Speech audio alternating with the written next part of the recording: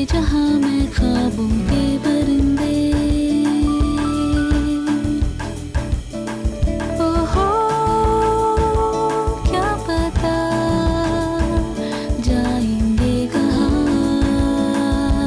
क्या आपको पता है कभी कभी एक ऐसी स्टोरी होती है जो दिमाग के किसी कोने में अटक जाती है और फिर एक दिन दिमाग बोलता है भाई ये तो व्लॉग बनाना बनता है। तो बस आज वही दिन है। वैसे पता है ये वीडियो टेक्निकली व्लॉग नहीं है क्योंकि इसमें सिर्फ राइड नहीं है, इसमें एक ऐसी कहानी है जो मैं काफी टाइम से शेयर करना चाहता था, बट क्या करे प्रोक्रेस्टिनेशन नाम की कोई चीज भी होती है इस दुनिया में। भाई क्या एक्साइटमेंट थी, नया सफर, नई कहानी और वो 600 प्लस किलोमीटर की राइड। अब कुछ एकदम परफेक्ट था। प्रयागराज पहुंचने का जुनून इतना ज्यादा था कि हवा भी बोल रही थी कि बेटा तुम्हें तो कोई रोक नहीं सकता। ठंड लग रही थी, नींद उड़ चुकी थी, पर जो जुनून था उफ, शायद मैं उसे शब्दों में बयां न कर सकूं।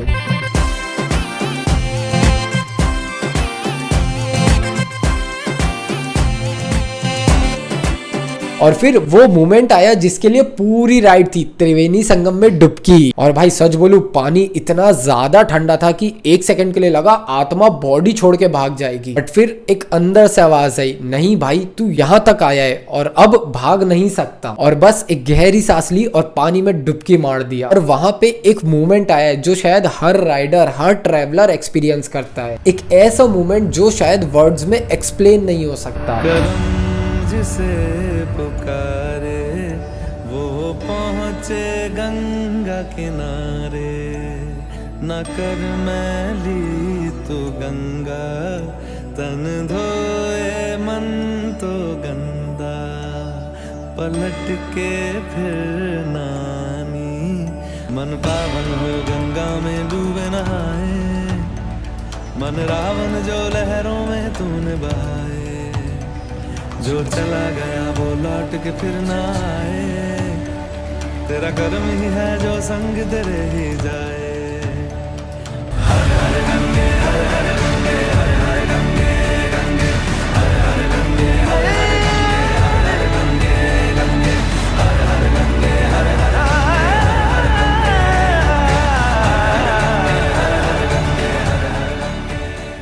अब देखो जिंदगी कभी इतनी स्मूथ कैसे चल सकती है। और ये तो मैं हूँ सनी भगवान का फेवरेट ह्यूमन, और बिना मेरे से मस्ती किए उनका दिन कंप्लीट थोड़ी ना होता है। हम रीवा क्रॉस कर ही रहे थे, रोड एकदम मस्त, हवा एकदम मस्त, और फिर एक घाट आया, एक शार्प टर्न, और बाइक डिसबैलेंस हो गई और हम सीधा एक खाई की एज पे जाके लटक गए। मतलब एक सेकंड जरा सा भी इधर उधर होता तो हम डायरेक्ट दी एंड तक पहुंच सकते थे।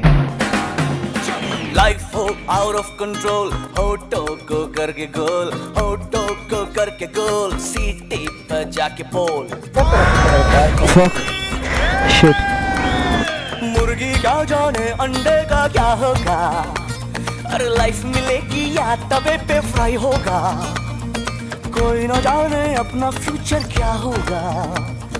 होठ घुमा सीढ़ी बजा के बोल भैया। भाई ये मूवमेंट लाइफ का one of the best movement हो गया है मेरे लिए। देखो तकलीफें आती जाती रहेगी लाइफ में, पर जो मेमोरीज है ना वो लाइफ टाइम के लिए होती है। मैं इसको अभी रास्ते में वही समझा रहा था, हम दोनों बात कर रहे थे, ये हो गया वो हो गया, कैसे ये वो बोला, कुछ ना कुछ लाइफ में हमेशा होता है, पर ये जो अभी मूवमेंट है ना वो कभी वापस नहीं आएगा। और खासकर ये जो व्यू है क्या प्यारा लग रहा है यार। बिरजू भैया की हालत ऐसी हो गई थी कि उनको वहीं छोड़ना पड़ा। और सच बोलूं तो ये वो मोमेंट था जो किसी भी राइडर के लिए नाइटमेयर होता है। और फिर क्या, अगले दिन अपने मोहल्ले में ऐश्वर्या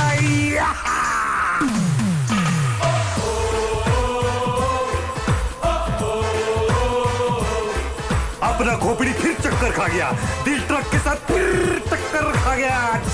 हाँ भाई सच बोलूं तो एक तरफ बाइक का गम था, लेकिन दूसरी तरफ न्यू शाइनिंग कार की खुशी। जब स्टीयरिंग व्हील पकड़ा ना एक अजीब सा सुकून मिला। बट एक सच बात बताऊं, जितना भी कार चलाओ बाइक का एक अलग ही जुनून होता है। अब बारी थी बिरजू भैया को वापस लाने की। 45 डेज तक हर जगह फोन किया, हर एक डीलर को कॉल मारा, सारे इंडिया में ढूंढा, पर किसी के पास वो एलॉय नहीं था जो मुझे चाहिए था। पर वो बोलते हैं ना, भगवान के घर में देर है अंधेर नहीं। और फिर फिर एक दिन एक मैसेज आया कि भैया एलॉय मिल गए। बस फिर क्या था, अपनी नवी सेल्टो से उठाई और निकल पड़ा सीधा रीवा की ओर। और सच बोलूं, जैसे ही अपनी बाइक देखा ना, एक सेकंड के लिए आंखों से आंसू आ गए थे। आपको पता है, ये जो रिश्ता होता है ना एक राइडर और उसकी बाइक का, ये शायद कोई समझ ही नहीं सकता जब तक वो खुद राइड ना करे। खैर, अब सवाल ये आता है कि ये सब कहानी क्यों सुनाई, क्योंकि भाई ये सिर्फ एक राइडर या एक एक्सीडेंट की कहानी नहीं थी, ये एक लर्निंग थी। जिंदगी में कभी सब कुछ स्मूथ नहीं होता, कभी